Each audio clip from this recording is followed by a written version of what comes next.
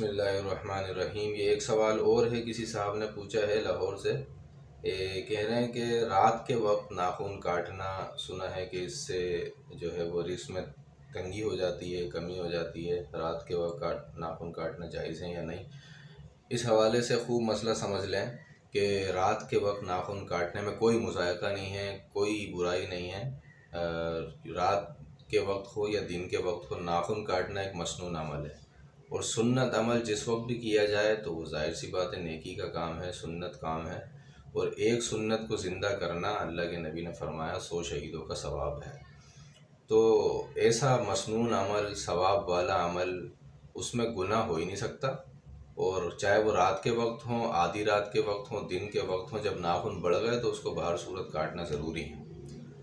और रात के वक्त भी काट सकते हैं, दिन के वक्त भी काट सकते हैं। और नाखून अगर बड़े हो गए हैं, बुरे लग रहे हैं, तो ऐसी सूरत में तो रात के वक्त अगर याद आया, टाइम मिल गया, तो रात के वक्त ही काटना वाजिब है। रात के वक्त ही काटें, उसको सुबह तक मोहलत ना दें। क्योंकि नाखून काटना ये एक इबादत है, इताअत है, सुन्नत अमल है। इसके अंदर अगर ताख़ीर करेंगे तो हो सकता है आप गुनाहगार हो जाएं। इसलिए जो है वो नाखून काटने में देर ना की जाए। और ये जो बातें मशहूर हैं अवाम के अंदर कि नाखून काटने से, रात के वक्त नाखून काटने से जो है वो रिज़्क़ में तंगी हो जाती है, या मगरिब के बाद झाड़ू लगाने से जो है वो तंगी हो जाती है, तो ये सारी एक बेअसल बात है। दीन के अंदर इसकी कोई बुनियाद नहीं है। रात के वक्त झाड़ू लगाने से या रात के वक्त नाखून काटने से ना रिज़्क़ में तंगी होती है और ना ही कोई जो है वो बुराई आती है। और ये बदफ़ाली है, बदफ़ाली एक तरह से जाहिल लोगों की जो है वो बातें हैं, मशहूर हैं। बदफ़ाली, अल्लाह के नबी ने फरमाया, ये शिरक है। अत्तियरतु शिरकुन, कि बदफ़ाली लेना, कि किसी जो है वो काली बिल्ली, हमारे यहाँ मशहूर है ना कि काली बिल्ली अगर आगे से गुज़र जाए तो कोई बुराई आ जाती है या कुछ जो है ना गलत हो जाता है। और अगर कोई जा रहा है रास्ते में तो उसको अगर काली बिल्ली आगे से गुज़र जाए तो वो उसको चाहिए कि भाई वो वापस अपने घर चले जाए, कोई बुराई आ सकती है, कोई हादसा हो सकता है। ये सब फजूल की बातें हैं। बल्कि अल्लाह के नबी ने फरमाया कि शिरक है, अत्तियरतु शिरकुन, बदफ़ाली लेना ये शिरक है।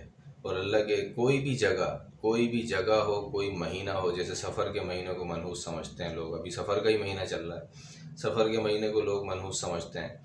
इसी तरह जो है वो उल्लू के बैठने को लोग मनहूस समझते हैं। मुहर्रम के महीने को मनहूस समझते हैं। याद रखिए, मुहर्रम का महीना मुहतरम है, बाबरकत है, अदब वाला है, अल्लाह का महीना है।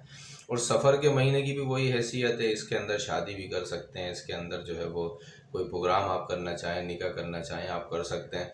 हमारे यहाँ मशहूर है कि सफ़र की शादी जो है वो नाकाम होती है और इसके अंदर कोई बच्चा हो तो वो जो है बीमार रहता है। ऐसी कोई बात नहीं है, ये सारी बदफ़ाली हैं। इस्लाम के अंदर कोई भी दिन, कोई भी महीना, कोई भी जगह, कोई भी जानवर, कोई भी शख्स, कोई भी परिंदा, ये कोई इस्लाम के अंदर ऐसा कोई नज़रिया नहीं है कि ये मनहूस हो।